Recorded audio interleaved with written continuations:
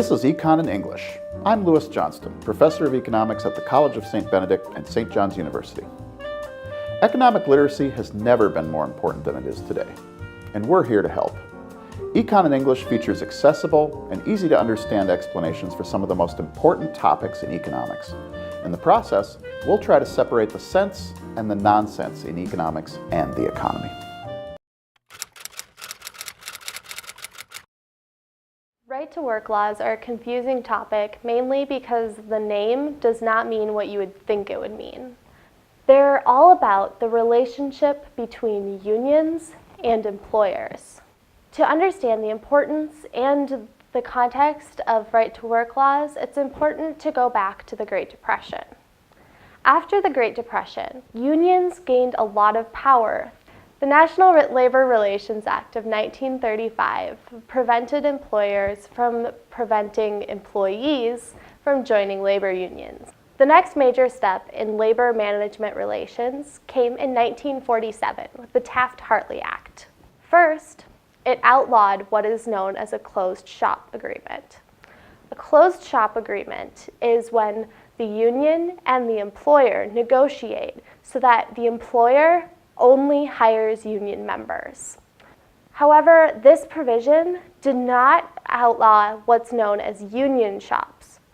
Union shops are when the employer and the labor union get together and agree that after the employee is hired, they must either join the labor union or pay a fee to that union in order to cover representation fees.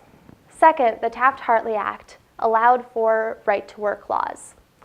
They allowed for the prohibition, state by state, of union shops.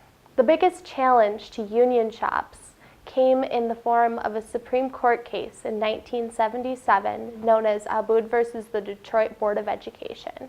Public school teachers challenged the notion of the union shop. They argued that they should not have to pay any fee to an organization that they didn't want to support. The court decided that the teachers would be required to continue paying representation fees, but those fees could not be used for political purpose. They could only be used to cover the costs of negotiation. In August of 1981, over 13,000 air traffic controllers went on strike. In a rather controversial move, President Ronald Reagan broke up the strike. It is for this reason that I must tell those who fail to report for duty this morning they are in violation of the law, and if they do not report for work within 48 hours, they have forfeited their jobs and will be terminated. 2 days later, he fired over 11,000 of those workers.